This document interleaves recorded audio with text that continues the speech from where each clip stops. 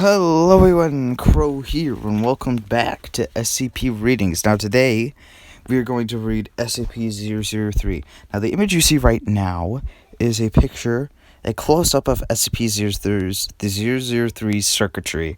Hopefully the mic quality is better. I'm not actually using a mic, I'm just using my phone mic. But hopefully it's not all, popping like popcorn here. So this one is called the biological motherboard, and let's get into this. Now, before we get into it, make sure to like, subscribe, and hit that bell for all future notifications. I'll leave a link down in the description if you want to read along with me. Anyways, here we go. Item number, SCP-003. Object class, Euclid. Special containment procedures. SCP-003 is to be maintained at a constant temperature of no less than 35 degrees Celsius and ideally kept above 100 degrees Celsius. No living multicellular organisms of category 5 or higher complexity. Or is that 4? It says IV, I don't know. I want to say 4, I think it's 4. Category 4 or higher complexity may be allowed to come into contact with SCP-003. In event of total power failure, if SCP-003-1 begins to increase its mass, assigned personnel must engage in skin contact with SCP-003-1. Ideally, personnel may use their body heat to return SCP-003-1 to above the critical temperature. However, skin contact must be maintained even in event of SCP-003 I can't speak, reaching activation temperature, lasting at minimum until SCP-003-1 advances fully to its second growth stage. Personnel who enter SCP-003's containment area must first be examined for body parasites of category 4 or higher complexity, and sterilized if such organisms are present. All personnel who have come in physical contact with SCP-003-1 are to immediately report for sterilization afterwards. SCP-003-1 must not be removed from SCP-003-2 except in case of emergency procedures, detailed above. Any significant change in SCP-003-2's rune activity, including pattern, frequency, or color, should be reported within 3 hours of occurrence. Cessation of rune activity must be reported immediately. SCP-003-2 must be supplied with power via the source designated generator 003-9 at all times. Why there's so many Roman numerals? It just says IX. If you guys want to correct me about, you're getting the Roman numerals wrong, you can do so, because I probably am, and I will definitely listen to you. Description. SCP-003 consists of 2 related components of separate origin, referred to as SCP-003-1 and SCP-003-2.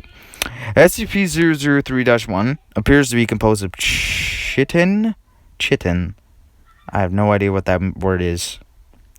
Hair and nails of unknown biology. Let me Google what chitin is. Currently Googling.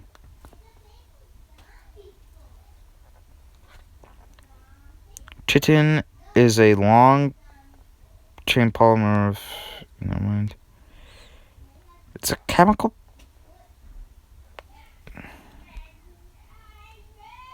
I have no idea what that is. Anyways... SCP-003-1 appears to be composed of chitin, hair, and nails of unknown biology, arranged in a configuration similar to that of a computer motherboard. Testing reveals SCP-003-1 to rotate earliest known circuit boards by a factor of thousands of years. SCP-003-1 is considered sentient but not actively dangerous except under certain conditions. SCP-003-1 was found on a stone tablet, SCP-003-2, on which it currently resides. The runes on SCP-003-2 are not part of any language and emit pale, flickering light patterns. SCP-003-2 is controlled by a non-biological internal computer, the contents of which are mostly inaccessible without risk of damaging SCP-003-2. SCP-003-2 is capable of controlled emissions of radiation, including heat, light, and anomalous radiation types. SCP-003-2 contains an internal power source of an anomalous nature, which appears to have been losing power since several centuries before discovery. It is considered probable that SCP-003-2 was created for the purpose of containing SCP-003-1. Partially interpreted data recovered from SCP-003-2 may refer to a past and/or potential future LK-class restructuring event caused by SCP-003-1. SCP-003 was located by remote viewing team SRV-04 Beta. It appears possible that SRV-04 Beta was deliberately contacted by SCP-003-2. Other organizations have also been alerted to SCP-003's existence, possibly by similar means. Despite this activity, SCP-003-2 does not appear to be sentient, based on its lack of reaction to MO3-Gloria analysis and procedures. When SCP-003 drops below the temperature of 35 degrees Celsius, both components react. First, SCP-003-1 enters a growth state characterized by... Get out of it. Stop that. Sorry about that. Let's get back to the rating. Okay, first, SCP-003-1 enters a growth state characterized by an exponential increase in mass. This growth state consists of two stages. In both stages, SCP-003-1 partially fuels its growth by converting matter around it, starting with any surrounding inorganic material, including atmospheric elements, then non-living organic material, including cells of dead skin, hair, chitin, enamel, keratin, and other biological materials. The first stage is always the same. SCP-003-1 will first increase its mass, then take a form similar in shape to an ophiuroid brittle star of 50 meters in diameter, including what appears to be a central processor of 3 meters in diameter. It will form sensory organs that appear to scan its surrounding environment, and will particularly convert the area around it to an unidentified anomalous substance. SCP-003-2 seems immune from conversion. The second stage describes a growth alteration which occurs when SCP-003 comes into contact with living organic material. SCP-003 appears to template itself off of the organic material and will attempt communication with organisms that match its initial template or templates. In its second stage, SCP-003-1 may pause, slow, or change its growth. It will also convert inorganic and non-living organic elements into functionally similar structures while anomalously altering their physical makeup. While growth is consistent in the first stage, in the second stage, SCP-003-1's growth rate is diminished by 20 to 90%, so long as SCP-003-1 remains in contact with living organic material. The percentage is determined by the... Get out of here, Voob.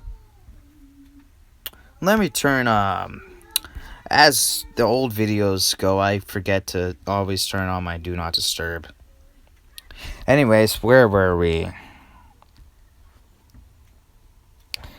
Alright, while growth is consistent in the first stage, in the second stage, SCP-003-1's growth rate is diminished by 20 to 90%, so long as SCP-003-1 remains in contact with living organic material. The percentage is determined by the complexity of the organisms in contact with SCP-003-1. SCP-003-1 appears to devote a large amount of processing power to analysis of living organic material. During each of SCP-003-1's growth stages, SCP-003-2 releases bursts of radiation that temporarily inhibit SCP-003-1's growth, or reverse this growth when the temperature of SCP-003-1 rises above 100 degrees Celsius. Similar radiation emissions have been replicated or recorded via other anomalous means. SCP-003-1's biology has been the subject of extensive study. Significant elements have been identified similar to SCP-redacted, SCP-1512, and SCP-2756. the latter two of which have no further confirmed connection with SCP-003-1 and no known connection with each other, and none of which are fully understood. Technically, even less understood than SCP-003, thanks to the extensive cross-disciplinary research on the SCP-003 objects. To date, no convincing analysis has been put forward which satisfactorily explains SCP-003-1's connection to these SCP objects or others, nor its connection to modern technology beyond appearance and potential mimicry via unknown mechanism. Addendum 003-1. Acting on information gathered from linguistics analysis of SCP-003-2's runes and comparative data analysis, research team M03 Gloria has managed to establish a link between SCP-003 and data expunged. For analysis of functions, SCP-003-1 must now be considered sentient as to be kept at a minimum of 1 kilometer from data expunged and the resulting byproduct at all times. Addendum 003-2. SCP-003-2's power loss has been exacerbated by the procedures performed by M03 Gloria. On orders of 05-10, M03 Gloria will continue procedures. Addendum 003-3. During M03 Gloria procedures, SCP-003-1 doubled its mass and began rapid structural growth. Temperature was immediately returned to 100 degrees Celsius. Growth and mass increase of SCP-003-1 continued for 9 minutes and 6 seconds, at which time a sustained radiation spike was produced by SCP-003-2. In response, SCP-003-1 returned to its normal state in 3 minutes and 39 seconds. New growth dissolved into a dusty residue, which was collected for analysis. Both SCP-003-1 and SCP-003-2 ceased all detectable activity. SCP-003-2 did not resume activity until connected to external power source. SCP-003-2's runes glowed ununiformly gray and did not resume normal activity for 3 hours. SCP-003-2 no longer appears to be able to maintain containment area at a temperature above 35 degrees Celsius without external power supplied by generators 003-3 through 9. I think that is a 9. Again, I will leave the link to this document, the SCP. I'll leave a link to the SCP in the description so you can read along, and then you can comment, "Hey, you got this wrong," or "Hey, you said that wrong." Be free, because I take I take criticism good, I guess. It's actually not criticism; it's actually correction, I guess. Addendum 003-4. The procedure detailed in Addendum 003-3 was repeated, and SCP-003-1 again entered a growth state. After 10 minutes and 30 seconds, SCP-003-2 once again produced a sustained radiation spike. SCP-003-1's growth stopped for 36 seconds, then resumed at its previous pace. On quadrupling its mass, SCP-003-1 formed a coherent outer shell and body. After appearing to scan its environment and partially converting its environment, SCP-003-1 then breached containment, entering the observation gallery where 9 members of M03 Gloria were present. On physical contact with team members, SCP-003-1 encompassed them in rapidly growing appendages and stopped growth for 15 minutes. SCP-003-1 then resumed growth and rearranged the component parts of the center of its form to the shape of a 3-meter-tall female humanoid, with peripheral tentacles shifting to extrude primarily from SCP-003-1's newly formed hair and spine. SCP-003-1 then produced rudimentary vocalizations in an apparent initial attempt to communicate with the researchers. Data expunged.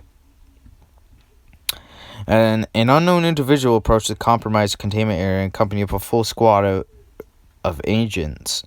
The individual claimed to be acting on orders of 05-10 and attempted to communicate with SCP-003-1. Data expunged.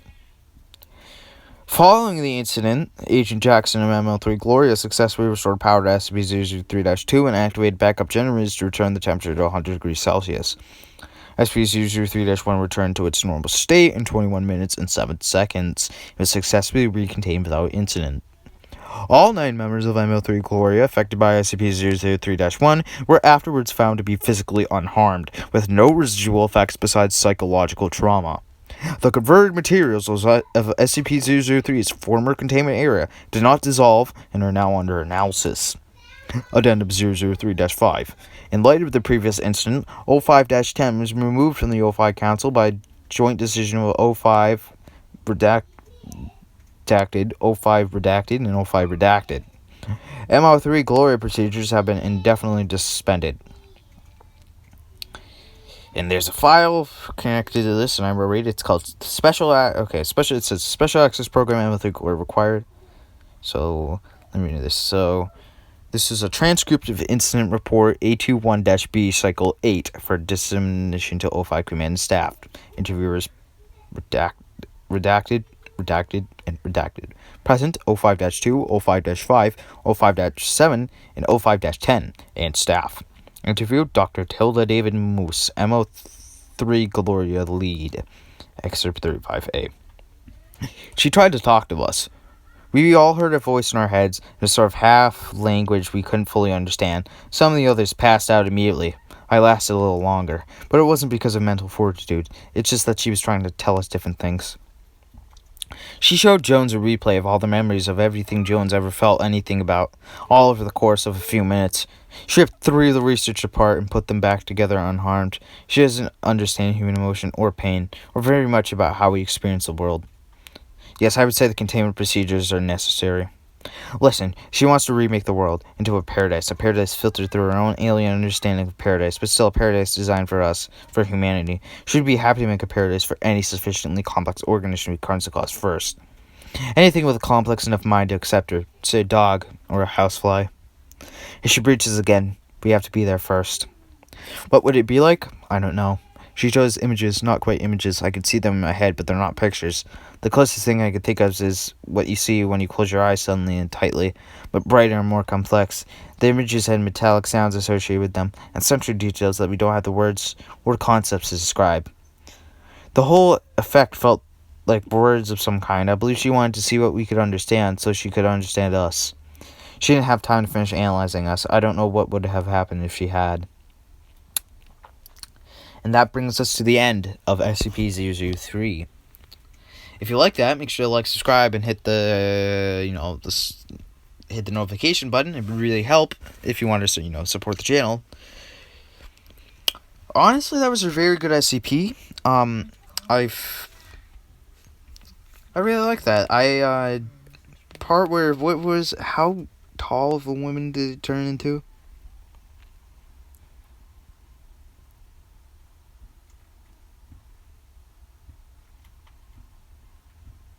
How tall was it?